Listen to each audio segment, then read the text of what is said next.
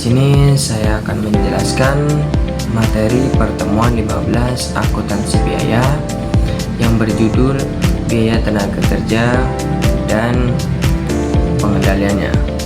Tidak hanya itu, di sini saya ditemani dengan rekan saya yaitu Albertus Saverius, yang dimana nanti dia akan menjelaskan pada pertemuan 16.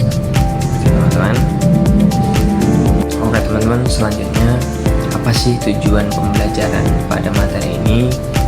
Yaitu yang pertama, menerapkan metode-metode upah insentif.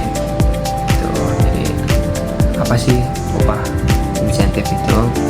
Yaitu pembayaran atau tambahan bonus yang diberikan berdasarkan kinerja kita, yaitu teman-teman. Jadi ketika kinerja kita baik, maka kita akan dapat tambahan upah, dan tambahan upah itu yang dinamakan dengan upah insentif. Nah, selanjutnya teman-teman, upah insentif ini ada metode-metodenya teman-teman. Jadi metodenya ada 3. Yang pertama yaitu metode Hasling. Metode Hasling itu metode atau upah yang diberikan ketika kita menyelesaikan pekerjaan lebih cepat dari waktu yang standar. Jadi misalkan kita harusnya ini standar waktu itu 3 hari, kita bisa menyelesaikan dalam waktu 2 hari. Nah, itu kita dapat upah metode Hasling. Yang kedua yaitu metode Rowan, teman-teman. Itu biasanya proporsi antara waktu yang sudah ditentukan dan waktu yang dihemat. Jadi biasanya perusahaan tidak mengeluarkan bonus yang besar. Dan yang terakhir yaitu piece rate, teman-teman. Piece rate itu upah per unit. Jadi misalkan kita jual berapa unit, ya itu upah yang kita hasilkan, itu namanya piece rate. Jadi misalkan kita jual per unit itu 2000, jadi 2000 per unit dikali unit yang dihasilkan. Itu teman-teman. Dan tadi untuk tujuan pembelajaran yang kedua yaitu mencatat biaya. Nah, selanjutnya teman-teman, yaitu tujuan pembelajaran yang kedua yaitu membuat catatan akuntansi biaya tenaga kerja, teman-teman. Itu yang pertama, gaji dan upah langsung, jadi itu harus dicatat. Oke. Yang kedua itu tenaga kerja tidak langsung, dan yang ketiga itu upah lembur, tunjangan dan potongan.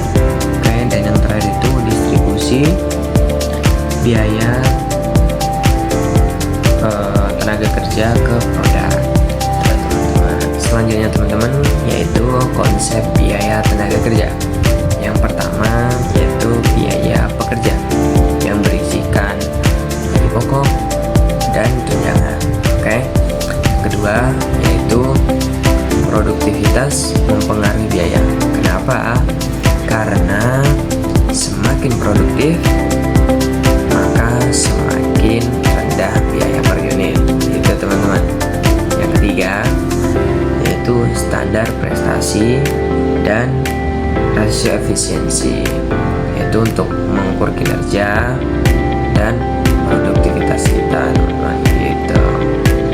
Oke teman-teman, selanjutnya yaitu rencana upah insentif.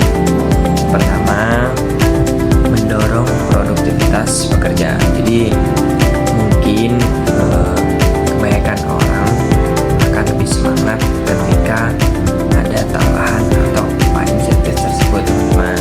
Itu. Yang kedua, rencana kedua yaitu mengurangi biaya per unit.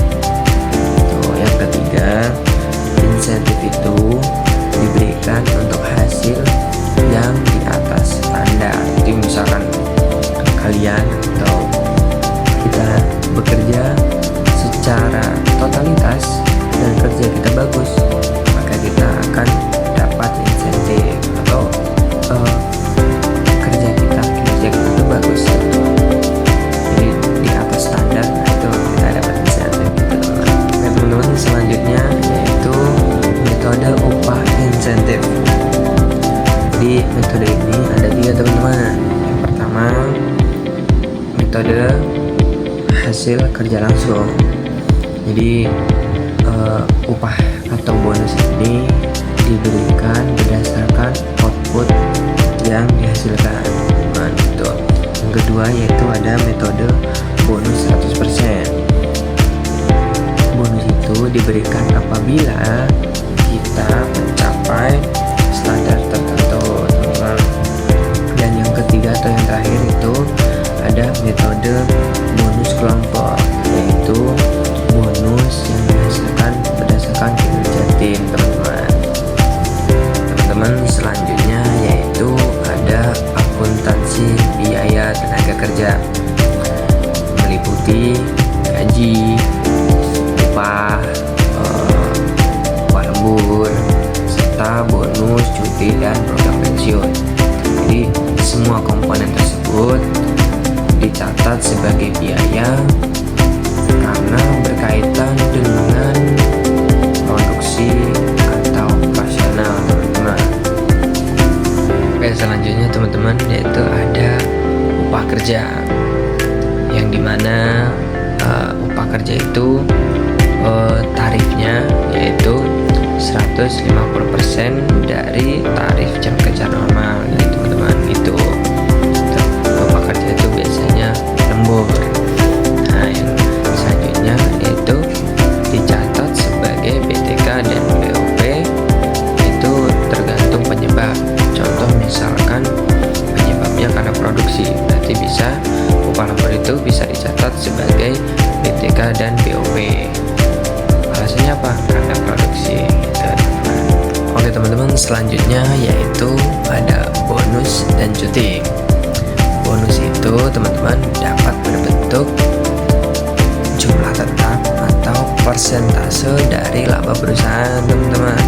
Sedangkan cuti itu bersifat akrual, artinya diakui sebagai beban pada saat hak cuti tersebut muncul, bukan saat dibayar, teman-teman. Oke teman-teman, selanjutnya yaitu ada program pensiun. Jadi biaya pensiun itu dapat dipengaruhi oleh faktor tenaga kerja seperti masa karyawan dan jumlah karyawannya.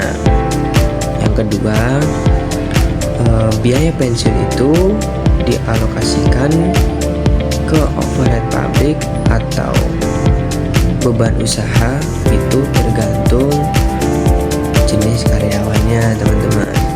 Oh teman-teman, selanjutnya yaitu pada part terakhir yaitu kesimpulan. Jadi kesimpulan dari biaya tenaga kerja ini ialah biaya tenaga kerja itu harus dikelola dengan baik melalui gaji, insentif, lembur, bonus, cuti, dan pensiun. Upah insentif itu mendorong produktivitas dan menekan biaya, sementara pencatatan akuntansi harus tepat sesuai jenis biaya, gitu teman-teman. Jadi sekian penjelasan dari saya. Apabila ada kurang dan salah mohon dimaafkan. Saya akhiri, wassalamualaikum warahmatullahi wabarakatuh.